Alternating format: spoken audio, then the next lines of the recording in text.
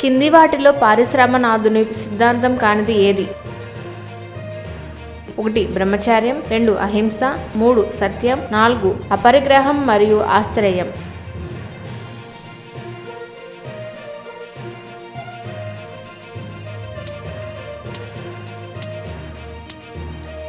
Answer 1 బ్రహ్మచర్యం. శల్యకణ వ్రతాన్ని ఆచరిస్తూ మరణించిన మౌర్య చక్రవర్తి ఎవరు? 1 బిందుసార, 2 అశోకుడు, 3 చంద్రగుప్త మౌర్య, 4 సుసీమ.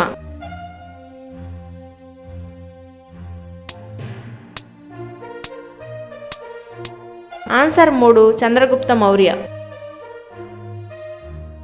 అలహాబాద్ స్తంభ శాసనాన్ని వేయించిన సముద్రగుప్తుని సేనాని ఎవరు? 1 ధనుంజయ, 2 కుబేర, 3 హరిసేన, 4 మహేంద్ర.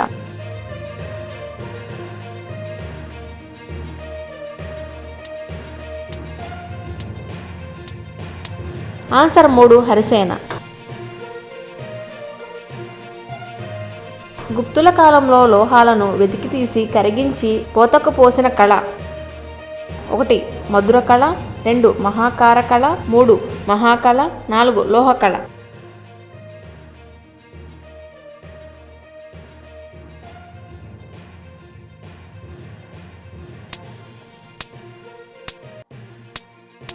ఆన్సర్ 2 మహాకార కళ.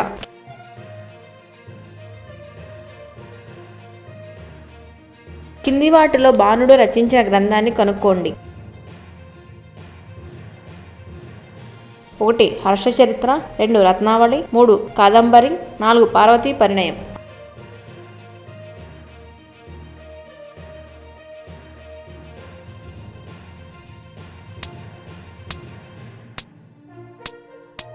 ఆన్సర్ 2 రత్నావళి.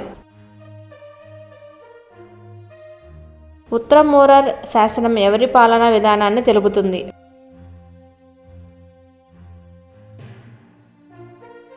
1 చోళులు, 2 చాళుక్యులు, 3 మౌర్యులు, 4 రాష్ట్రకూటులు.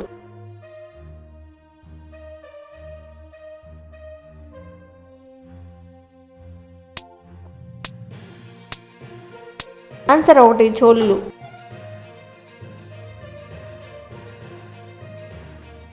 పురందర్ సంధి ఏ సంవత్సరంలో జరిగింది?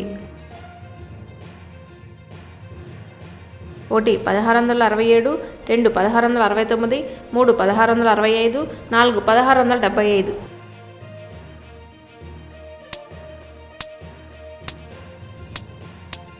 ఆన్సర్ 3 1665.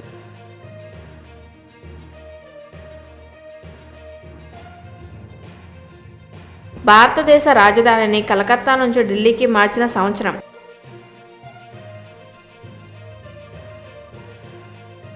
1 1908, 2 1910, 3 1913, 4 1911.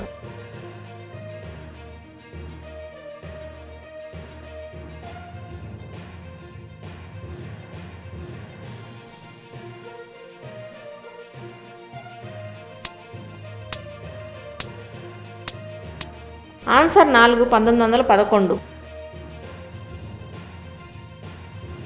భారతదేశంలో సివిల్ సర్వీసులు ప్రారంభానికి పునాది వేసిన వారు?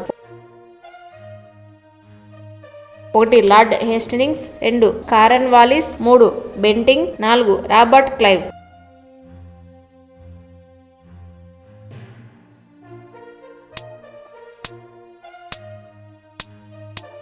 Answer 2 కారన్ Wallis.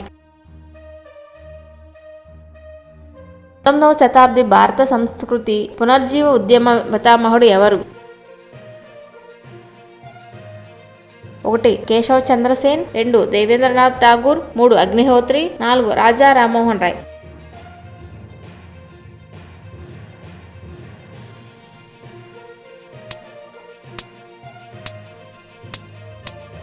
Answer 4 Raja Rammohan Roy. Thank you for watching my video. Please do like, share and subscribe to my channel.